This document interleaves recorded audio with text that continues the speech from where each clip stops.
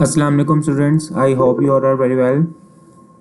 वालेकुम अस्सलाम। मेरी आवाज़ बिल्कुल क्लियर आ रही है और मुझे अब बताइएगा कि स्क्रीन भी आपके साथ शेयर हो रही है, ताकि फिर हम अपनी आज की क्लास स्टार्ट करें बिना टाइम वेस्ट किए।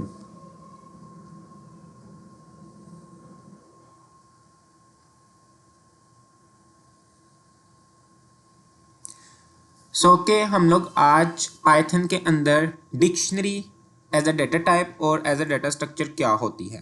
हम लोगों ने जब हम लोग डेटा टाइप्स पढ़ रहे थे तो उसमें हमने पढ़ा था कि डिक्शनरी को किस तरह से डिक्लेयर किया जाता है, यानी कि एक वेरिएबल की ऐसी वैल्यू जो पाइथन में डिक्शनरी कहलाती है, वो कैसे हम लोग डिक्लेयर करते हैं, डिफाइन करते हैं, जिससे फिर पाइथन समझता है कि हम कौन से वेरिएबल की वैल्यू डिक्शनरी लिख रहे हैं, बना रहे हैं। तो उसमें हमारे पास की और वैल्यू का पेयर होता था। आपके साथ एक पिक्चर शेयर की है कि पाइथन में डिक्शनरी क्या होती है। तो बेसिकली हमारे पास कीज होती हैं और उसी के रिगार्डलेस हमारे पास वैल्यूज होती हैं। ये जो कीज होती हैं हमारे पास, ये हमारे पास नंबर्स भी हो सकती हैं और स्ट्रिंग्स भी हो सकती हैं। माइक अपना काइंडली ऑफ कर लें।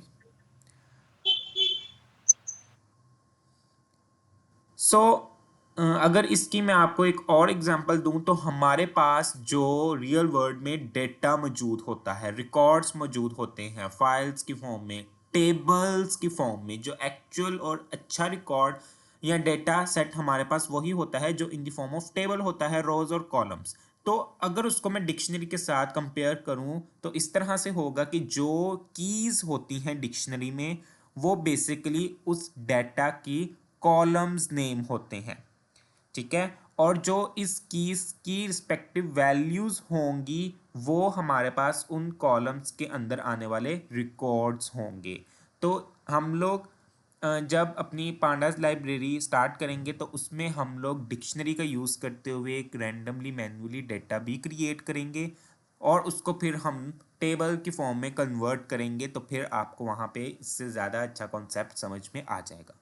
तो आज के लेक्चर में हम लोग dictionary as a data structure पढ़ेंगे। डेटा स्ट्रक्चर में बेसिकली कि डेटा को किस तरह से डिफाइन किया जाता है, कैसे अगर हमने कोई इंफॉर्मेशन स्टोर करवानी हो स्पेसिफिक पर्सन या मल्टीपल्स, तो उसके लिए हमारे पास पाइथन में डिक्शनरी बेस्ट है। तो इसके बहुत से मेथड्स हम लोग अपनी आज की क्लास में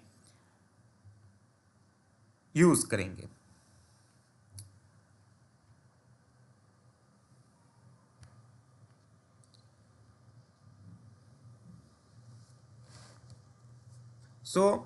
जो डिक्शनरी का कॉन्सेप्ट है वो यही हमारे पास यूज़ होता है कि जिसमें डेटा स्टोर हम लोग करते हैं।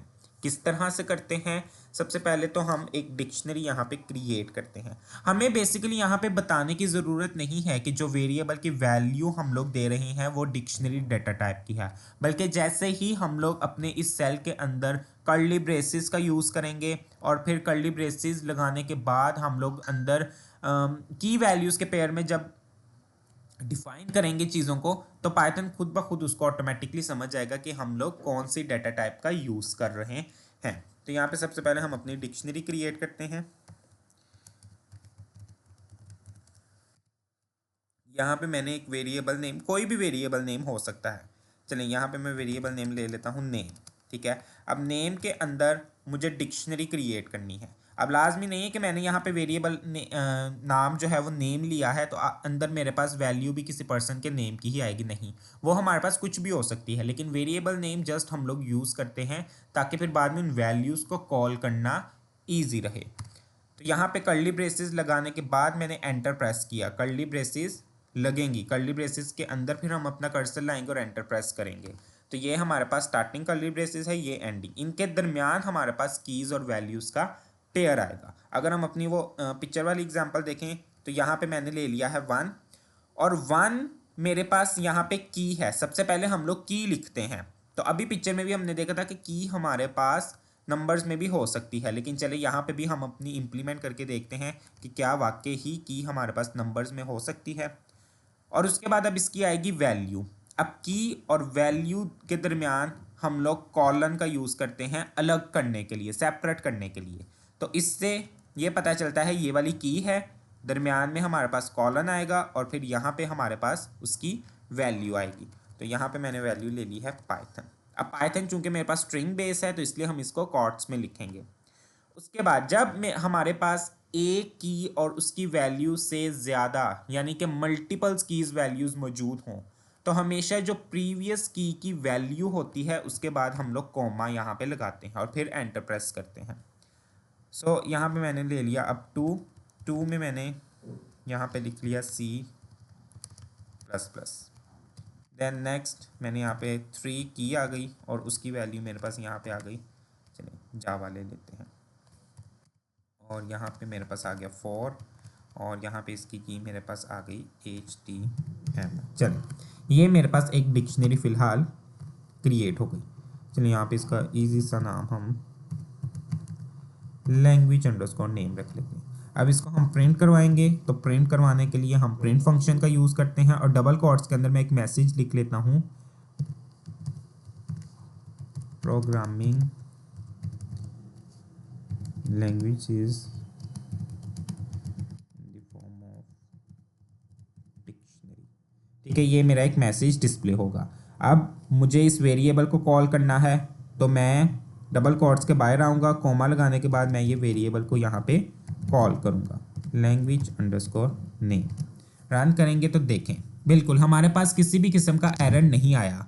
मैंने यहाँ पे प्रिंट फंक्शन के अंदर जो मैसेज डिस्प्ले करवाने के लिए लिखा था डबल कोट्स में वो एज इट इज़ यहाँ पे मेरे पास डिस्प्ले हो रहा है और उसके आगे मैंने चूंकि लिखा है वेरिएबल नेम को कॉल किया है तो इसलिए कॉलन के बाद ही मेरे पास वो डिक्शनरी बेसिकली आउटपुट में डिस्प्ले हो रही है जो यहाँ पे मैं क्रिएट कर चुका हूँ। 1 मेरे पास यहाँ पे क्या है की है और ये पाइथन उसकी वैल्यू। सेकंड 2 मेरे पास की है C++ उसकी वैल्यू। 3 मेरे पास की है ये उसकी वैल्यू है।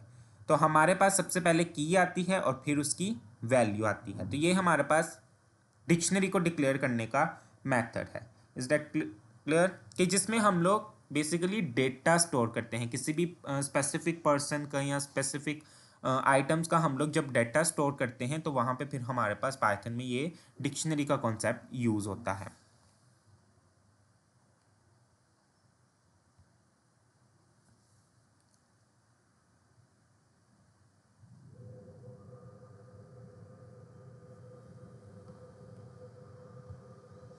ओके यहाँ पे अगर मैं एक एक की को और उसकी वैल्यू को मैं अगर कॉल करूं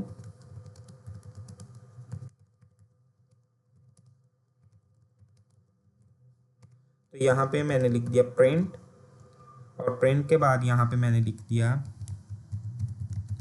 लैंग्वेज अंडरस्कोर नेम, वेरिएबल का नेम यूज़ करेंगे और यहाँ पे अब मैंने लिखी है स्क्वायर ब्रैकेट। स्क्वायर ब्रैकेट के अंदर मैं बेसिकली अपनी की यहाँ पे पास करूँगा। अब की मेरे पास यहाँ पे सारी किस में है, नंबर्स में है, तो इसलिए डबल कोट्स नहीं लगेंगे। यहाँ पे मैंने लिख दिया 1। तो अब यहाँ पे मेरे पास आउटपुट क्या डिस्प्ले होगी कोई बताएगा? मैंने यहाँ पे वेरिएबल नेम लिखा और फिर स्क्वायर ब्रैकेट के अंदर मैंने लिख दिया है 1।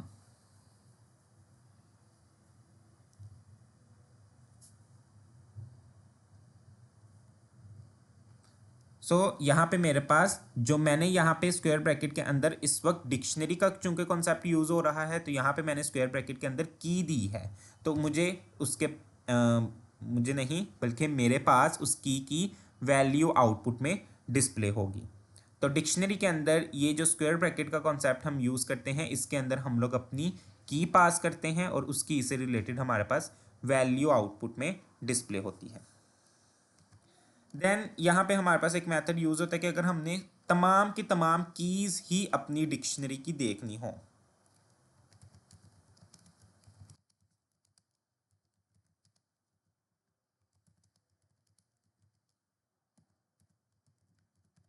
तो उसके लिए हमारे पास यहाँ पे मेथड्स यूज़ होते हैं, दैट इज़ कीज़ और वैल्यूज़, ये हमारे पास मेथड्स यूज़ होते हैं। तो यहाँ पे मैं सिर्फ ले लेता हूँ लैंग्वेज अंडरस्कोर नेम डॉट, यहाँ पे हम ले लेंगे कीज़। तो देखें डॉट कीज़, तो मेरे पास जितनी भी इस डिक्शनरी की ये कीज़ हैं 1 2 3 4 मेरे पास सिर्फ वही आउटपुट में डिस्प्ले होंगी। यानी कि जब हमने सिर्फ अपनी एग्जिस्टिंग डिक्शनरी के अंदर कीज़ मालूम करवानी हो कि किस तरह की है, कौन से नाम की है, कौन कौन सी है, तो फिर हम यहाँ पे डॉट कीज़ का यूज़ करते हैं। लेकिन यही अगर हमने सिर्फ अपनी वैल्यूज़ देखनी हो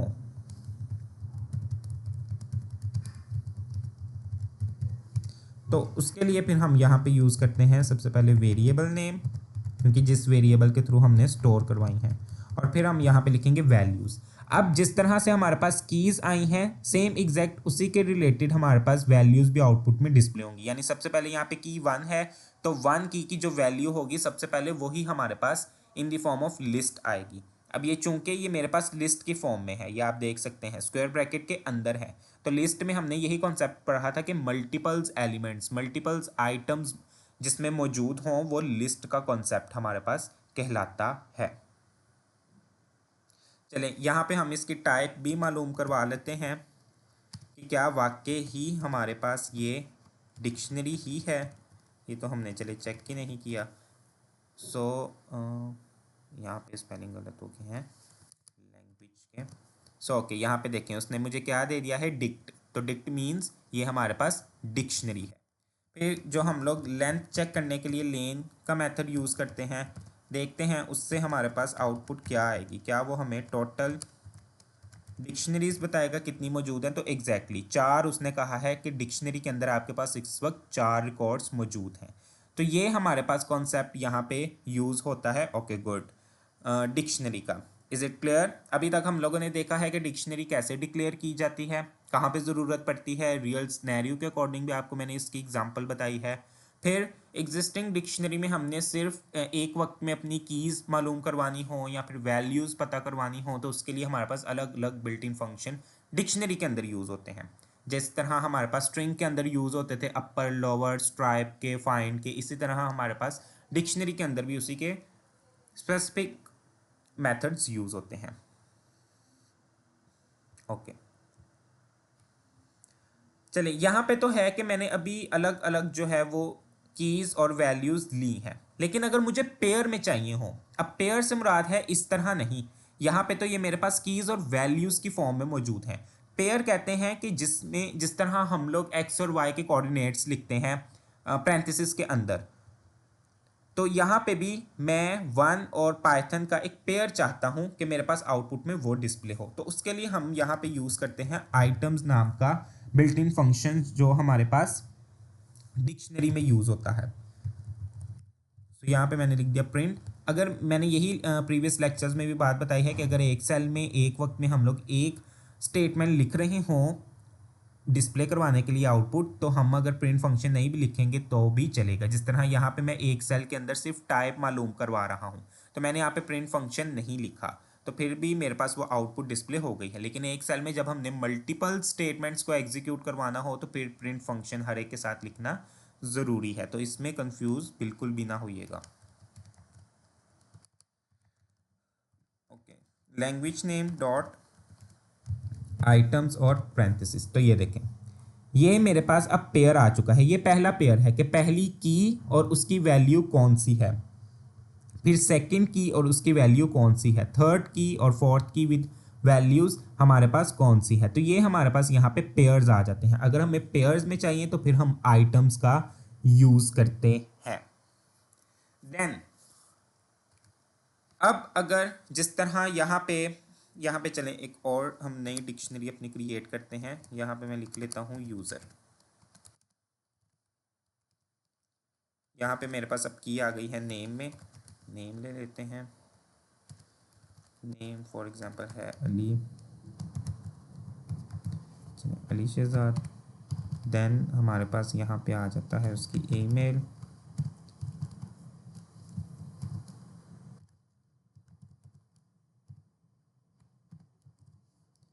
हमारे पास मेल आ गई। देन यहाँ पे पासवर्ड लिख लेते हैं।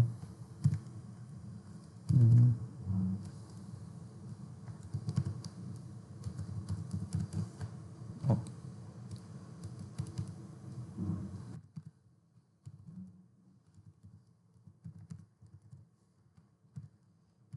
एजुकेशन लिख लेते हैं।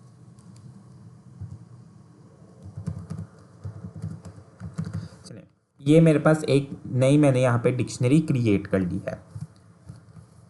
ओके, यहाँ पे एक लास्ट पे लिख लेते हैं एज। तो एज यहाँ पे मैंने सपोज ले ली है 29। अब यहाँ पे प्रिंट करवा लेंगे हम अपनी यूज़र्स नाम की डिक्शनरी को।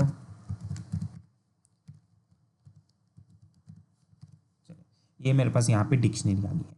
अब मुझे यहाँ पे अगर की का यूज़ करते हुए मुझे उसकी वैल्यू को डिस्प्ले करवाना है, जो काम हमने यहाँ पे किया था नंबर 1 पे। लेकिन यहाँ पे तो हमने किया था कि स्क्वायर ब्रैकेट का यूज़ करते हुए की पास की थी, लेकिन यहाँ पे हम एक मेथड बिल्ट इन यूज़ करेंगे, दैट इज़ गेट। हमारे पास ये जो गेट मेथड है वो यूज़ होता है, जिसमें हम फिर कोई स्पेसिफिक वैल्यू पास करते हैं, सॉरी की पास करते हैं। तो यहाँ पे मैंने लिखा print user dot get. Get के बाद आएगी हमारे पास यहाँ पे पैरेंथेसिस। पैरेंथेसिस के अंदर अब हम लिखेंगे, मैंने यहाँ पे लिख दिया है पासवर्ड।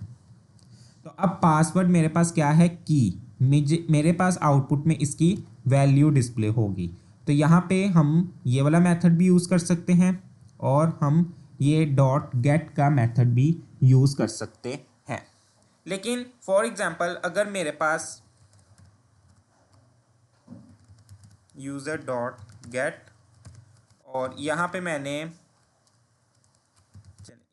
एक ऐसी की दे दी है जो मेरी इस डिक्शनरी के अंदर एग्जिस्ट ही नहीं करती, तो आपका क्या ख्याल है कि क्या आउटपुट मेरे पास आएगी, एरर आएगा या फिर कुछ भी डिस्प्ले नहीं होगा इस वाले मेथड के अंदर, गेट के अंदर? क्योंकि यहाँ पे हमने देखा था कि गेट की पैरेंथेसिस में हम जब की पास करते हैं जो हमारी एग्जिस्टिंग डिक्शनरी के अंदर मौजूद होती है, तो उसकी वैल्यू आउटपुट में डिस्प्ले हो जाती है। लेकिन यहाँ पे मैंने ऐसी अब गेट का यूज़ करते हुए की पास की है जो मेरी इस डिक्शनरी के अंदर नहीं मौजूद, तो मेरे पास यहाँ पे क्या एरर आएगा या कुछ भी डिस्प्ले नहीं होगा। ठीक है, यहाँ पे हम कर लेते हैं। तो बिल्कुल हमारे पास यहाँ पे कुछ भी डिस्प्ले नहीं हुआ। ये नॉन का मतलब है कि हमारी ये डिक्शनरी सॉरी ये की डिक्शनरी के अंदर एग्जिस्ट ही नहीं करती। ओके, तो इस एरर से बचने के लिए हम फिर क्या यूज़ कर लेते हैं, गेट का मेथड यूज़ करते हैं।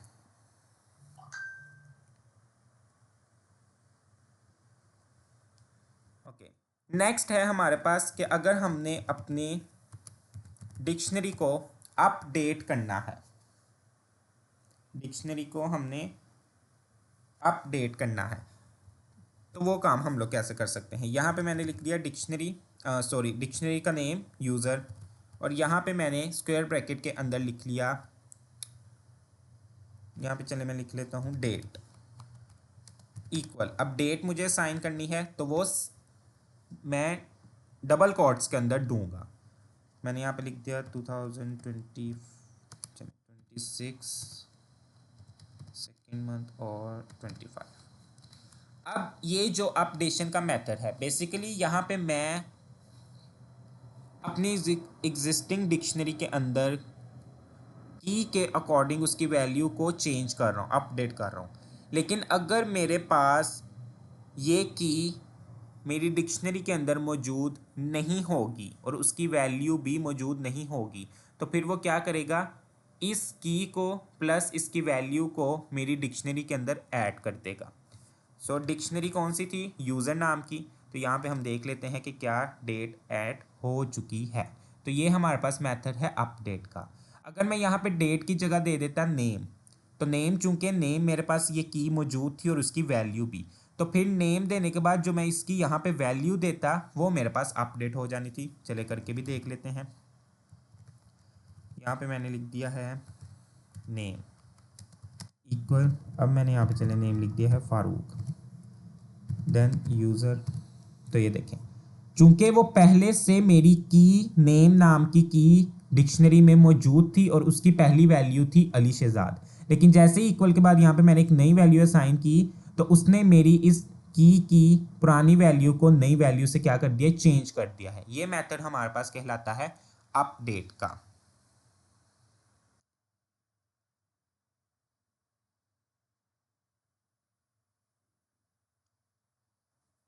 ये क्या चीज़ आपने पूछी है या कह रहे हैं नंबर्स में आएंगे?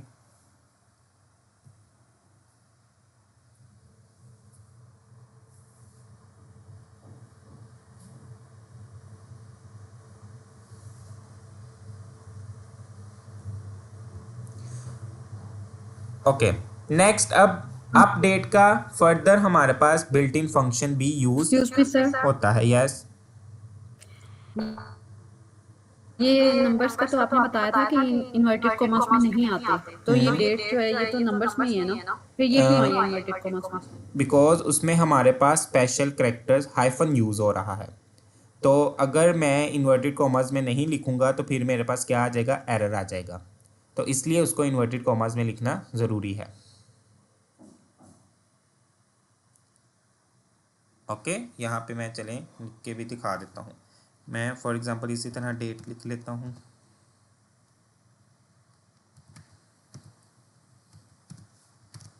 तो यहाँ पे देखें मेरे पास यहाँ पे एरर आ चुका है। तो इसलिए डबल कोट्स के अंदर लिखना ज़रूरी है। फिर वो उसको कम्प्लीटली क्या समझेगा, स्ट्रिंग ही समझेगा। तो फिर हमारे पास एरर नहीं आएगा।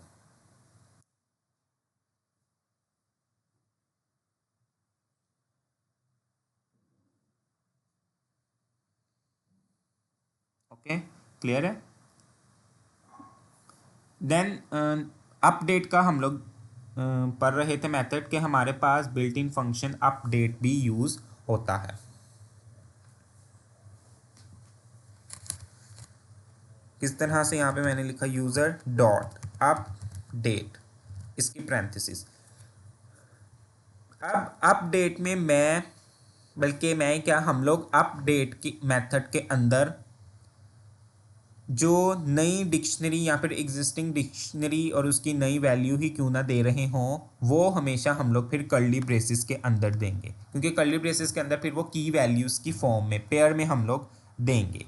तो यहाँ पे अब मैं एक नई की ले लेता हूँ, दैट इज़ एजुकेशन। चले एजुकेशन की यहाँ पे मैं वैल्यू चेंज करता हूँ, देखते हैं क्या चेंज होगी। कॉलन, कॉलन के बाद यहाँ पे मैंने लिख दिया है, चले ग्रेजुएट, और कॉमा एक और मेरे पास की है, दैट इज़, चलिए यहाँ पे मैं लिख लेता हूँ एड्रेस, और इसकी मेरे पास यहाँ पे चलिए वैल्यू आ गई है, लोहरी ले लेते हैं।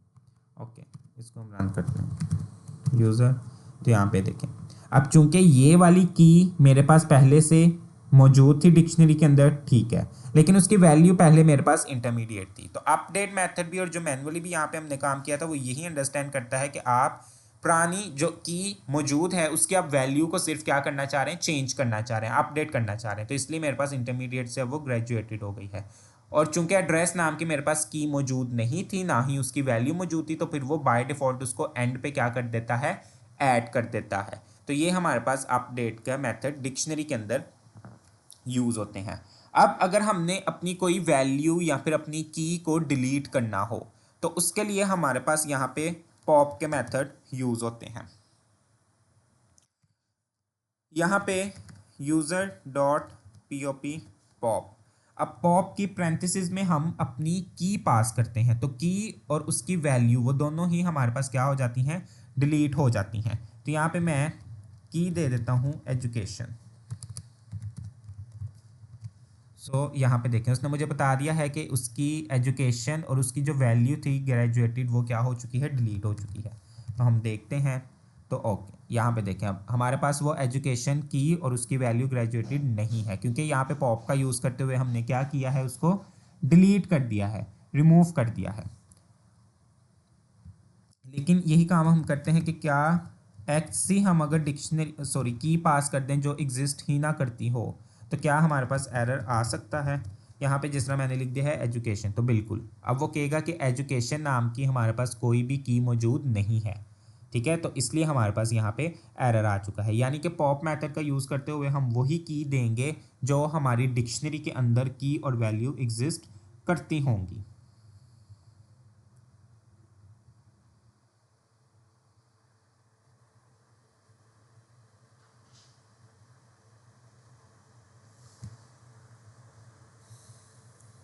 सो क्लियर है यहाँ तक कि अभी तक हम लोगों ने डिक्शनरी के मेथड्स देखे हैं, डिक्शनरी क्या होती है जिसमें हम लोग डेटा को स्टोर करने के लिए यूज़ करते हैं डिक्शनरी का कॉन्सेप्ट, और इसमें हमारे पास बिल्ट इन फंक्शंस यूज़ होते हैं। अगर हमने अपडेट करनी हो अपनी डिक्शनरी को वो काम भी ईजिली हम लोग कर सकते हैं। हम लोग वैल्यूज़ चेंज कर सकते हैं की वैल्यूज़ की फॉर्म में। पेयर में हम लोग अपनी डिक्शनरी क्रिएट करते हैं। फिर डिलीट भी हम लोग अपनी की और वैल्यू को कर सकते हैं easily without any error. Next हमारे पास क्लियर का मेथड यूज़ होता है अगर हमने अपनी पूरी डिक्शनरी को क्या करना है, ख़त्म करना है, क्लियर करना है। क्लियर में हमारे पास लिस्ट में भी हमने ये पढ़ा था कि क्लियर में हमारे पास डिक्शनरी के अंदर या फिर लिस्ट के अंदर मौजूद एलिमेंट्स की वैल्यूज़ के पेयर्स वो डिलीट होते हैं। वेरिएबल नेम और उसकी वैल्यू जो डिक्शनरी सेट होती है वो स्टोर रहती है। विद वेरिएबल नेम तब डिलीट होती है जब हम डेल का बिल्ट इन फंक्शन यूज़ करते हैं। सो यहाँ पे हमारे पास है क्लियर, यहाँ पे लैंग्वेज नेम डॉट क्लियर।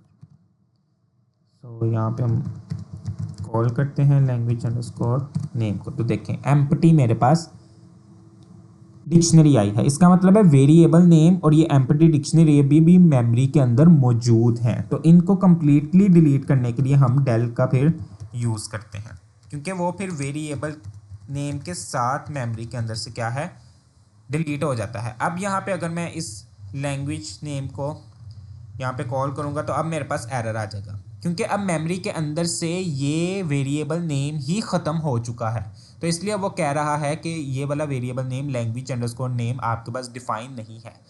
तो डेल में हमारे पास फिर वो टोटली वेरिएबल नेम के साथ पूरे एड्रेस के साथ ही डिलीट हो जाती है। सो नेक्स्ट लास्ट है हमारे पास कि हम लोग अपनी डिक्शनरी के ऊपर लूप का भी यूज़ कर सकते हैं। फॉर लूप हमारे पास यूज़ होता है। फॉर लूप हम लोगों ने पढ़ा है कि आइट्रेशन के लिए हमारे पास यूज़ होता है। 1 बाय 1 जो वैल्यूज़ को क्या करता है, डिस्प्ले करवाता है।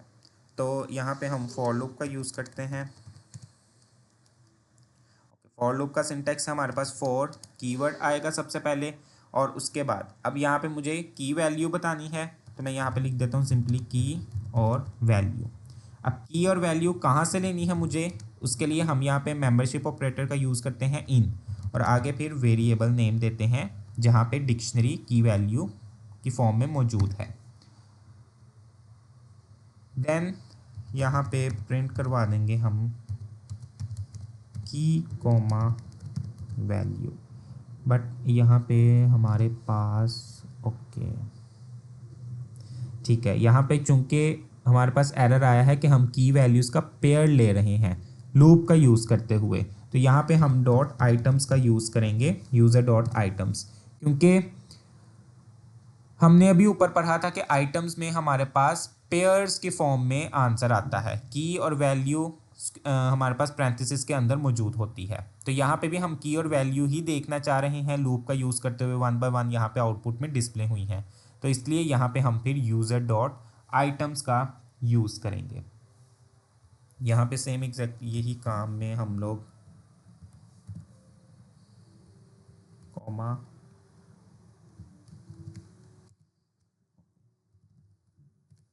यहाँ पे मैंने ये लिख दिया।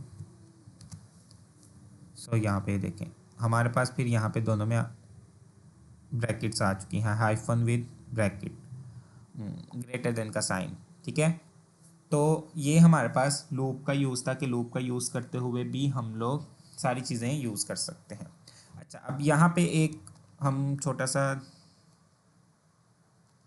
और देखते हैं, लिस्ट के अंदर हमारे पास वैल्यूज़ मौजूद हैं, उसको हम डिक्शनरी में कन्वर्ट करते हैं। तो यहाँ पे मैंने लिस्ट नाम का एक वेरिएबल ले लिया जिसमें मेरे पास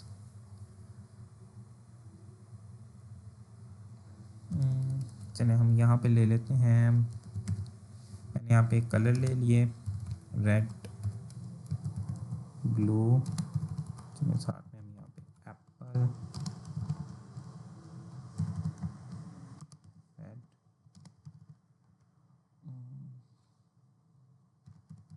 ग्रीन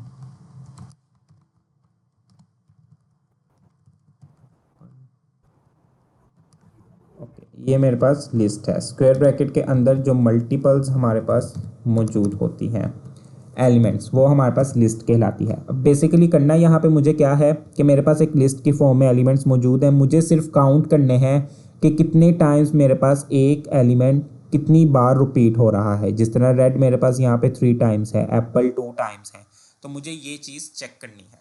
तो इसके लिए एक और वेरिएबल का ही मैं यहाँ पे यूज़ करूँगा, काउंट, और उसको मैं डिक्शनरी के अंदर उसकी वैल्यू अभी मैं एम्प्टी रखूँगा। एम्प्टी क्यों रखूँगा? क्योंकि 1 बाय 1 मुझे काउंट करके इसके अंदर एंटर करवाने हैं। अच्छा, आप लोगों ने लिस्ट का ज़रूर टॉपिक देखा होगा जो मैंने आपके साथ शेयर किया था।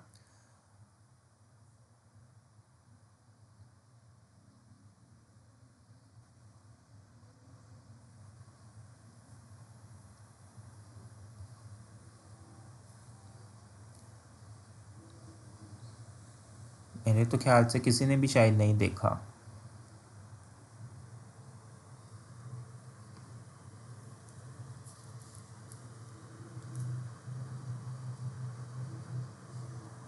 ओके, लिस्ट के अंदर हमने एक मेथड्स पढ़े थे।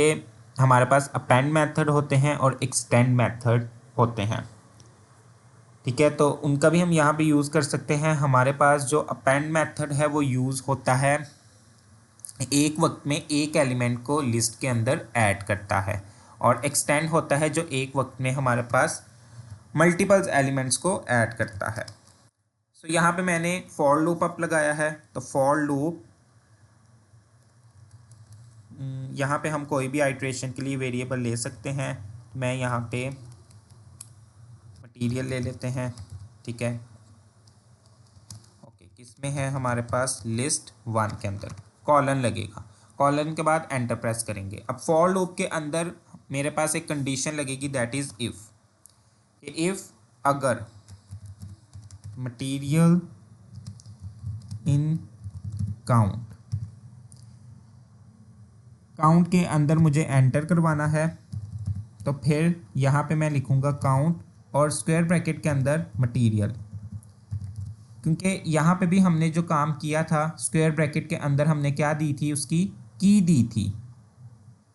यहाँ पे ये स्क्वायर ब्रैकेट के हमने की दी थी, और की हमारे पास ये पाइथन वैल्यू आ गई थी। तो यही काम मैंने यहाँ पे भी किया है कि ये जो काउंट नाम का वेरिएबल है, जिसके डिक्शनरी डेटा टाइप है लेकिन एम्प्टी है, क्या काम करना है कि एक एक करके मेरा ये लूप चलेगा। सबसे पहले लूप चलेगा तो रेड वाला कलर इस मटेरियल आइट्रेशन वेरिएबल को, जो टेम्परेरी तौर पर जब तक लूप चल रहा है ये चलता जाएगा। रेड वाला जो है वो इस मटेरियल नाम के वेरिएबल को असाइन की जाएगी वैल्यू। फिर चेक किया जाएगा कि क्या ये काउंट के अंदर मौजूद है। तो चूंकि काउंट वाली जो हमारे पास डिक्शनरी डेटा टाइप वैल्यू है वो अभी एम्प्टी है, तो इसका मतलब है नहीं मौजूद। तो फिर वो क्या करेगा, वो उसको उस काउंट वाले वेरिएबल में एज अ काउंट वाले वेरिएबल की वैल्यू डिक्शनरी में की के तौर पर ऐड कर देगा। और की के तौर पर ऐड करने के बाद प्लस इक्वल 1, यानी कि उसको फिर काउंट कर कर वैल्यू असाइन करता जाएगा। कि जैसे ही पहला कलर रेड आया, अब रेड इसके अंदर मौजूद नहीं है, तो फिर क्या करेगा, डिक्शनरी के अंदर ये काउंट वेरिएबल की वैल्यू डिक्शनरी के अंदर रेड को एज अ की ऐड कर देगा। और चूंकि वो पहली दफ़ा रेड आया है तो उसकी पहली दफ़ा वैल्यू हो जाएगी 1। फिर वो नेक्स्ट चेक करेगा ब्लू, वो चेक करेगा कि क्या ब्लू भी काउंट के अंदर मौजूद है, बिल्कुल नहीं मौजूद। तो इसका मतलब है ये इफ़ की कंडीशन हमारे पास क्या हो गई है, फॉल्स। तो फिर वो इसको रन करेगा। ब्लू भी हमारे पास इस डिक्शनरी के अंदर ऐड हो जाएगा एज अ 1, लेकिन एप्पल भी ऐसे ही चलेगा। फिर आ जाएगा रेड। अब चूंकि रेड तो पहले मौजूद होगा इस वाले काउंट वेरिएबल की डिक्शनरी वैल्यू के अंदर, तो चूंकि रेड पहले से मौजूद होगा एज अ की, उसकी वैल्यू पहले से होगी 1, तो फिर क्या करेगा, वो कहेगा कि एक और रेड मिल चुका है, तो फिर 1 + 1 कर देगा, तो रेड की उस वक्त वैल्यू हो जाएगी 2। इस तरह से ये हमारे पास इफ़ की कंडीशन वर्क करेगी। एल्स, और अगर एक वक्त में एक ही हमारे पास जिस तरह ग्रीन हमारे पास एक वक्त में एक ही मौजूद होगा, तो ग्रीन की वैल्यू स्टिल हमारे पास क्या रहेगी, सेम ही रहेगी। तो उसके लिए हमने एल्स के बाद का पार्ट लिखा है यहाँ पे। अब हम प्रिंट करवा देंगे अपने काउंट को। तो यहाँ पे ये देखें, वही बात हुई है कि जैसे ही लूप फर्स्ट टाइम चला तो रेड की वैल्यू हो गई 1, फिर ब्लू की भी 1, एप्पल की भी 1, फिर रेड उसको दोबारा मिल गया। उसने आके चेक किया कि काउंट वाले वेरिएबल में पहले रेड की मौजूद है जिसकी वैल्यू है 1। तो यहाँ पे आके वो क्या करेगा, 1 + 1 2। ये हमारे पास एडिशन असाइनमेंट ऑपरेटर है कि जो पुरानी वैल्यू में एक का इजाफा करेगा और इस जो ये की है इसकी वैल्यू को वो अपडेट कर देगा। तो इस तरह हमारे पास ये लूप चलता जाएगा। अब जिस तरह ब्लू की मेरे पास वैल्यू सिर्फ एक ही आई है, आगे ब्लू और नहीं मौजूद, तो इसका मतलब है कि हमारे पास फिर ब्लू की वैल्यू भी 1 ही रहेगी। तो इसलिए यहाँ पे हमने एल्स के बाद ये कंडीशन लगाई है कि अगर वो पहले से मौजूद नहीं होगा, ऐसा कलर या फिर ऐसा नेम, ऐसा मटेरियल जो इस डिक्शनरी में पहले से मौजूद नहीं होगा या फिर दोबारा रिपीट नहीं होगा, तो उसकी वैल्यू वो 1 रख देगा। तो ग्रीन और ब्लू की वैल्यू 1 है चूंकि वो एक एक बार ही आए हैं। रेड 3 टाइम्स आया है और एप्पल 2 टाइम्स आए हैं। तो ये हमने लूप का यूज़ करते हुए इसको इम्प्लीमेंट किया है। Is that clear?